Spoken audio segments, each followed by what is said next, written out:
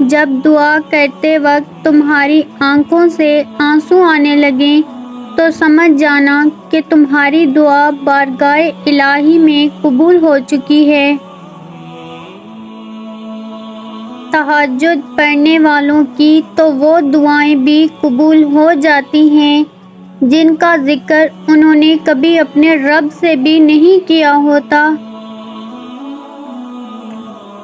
جس نے سجدوں کی توفیق دی ہے اس نے معجزوں کی کہانی بھی لکھی ہوگی۔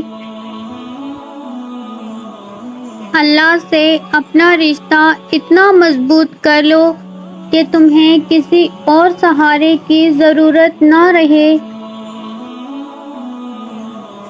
اللہ سے مانگنے کے بعد مشکل یا ناممکن کا گمان نہیں رکھتے ہیں، صرف یقین سے تعلق مضبوط کرتے ہیں۔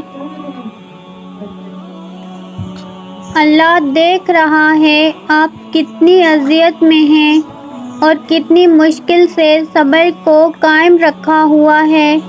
دیکھنا بہت جلد وہ آپ کو سکون سے نوازے گا اور آپ کے صبر کا پھل ضرور عطا کرے گا۔ انسان ہر چیز کے بغیر رہ سکتا ہے مگر اللہ کی محبت کے بغیر نہیں رہ سکتا۔ اگر کسی دن درد زیادہ ہو جائے تو شکایت مت کرنا، بس یہ کہنا کہ میرا رب بہت بڑا ہے۔ رسول اللہ صلی اللہ علیہ وآلہ وسلم نے فرمایا، بے شک نماز بے حیائی سے روکتی ہے۔ ہر پریشانی کے بعد آسانی ہے۔ اللہ اپنے بندوں کو تنہا نہیں چھوڑتا۔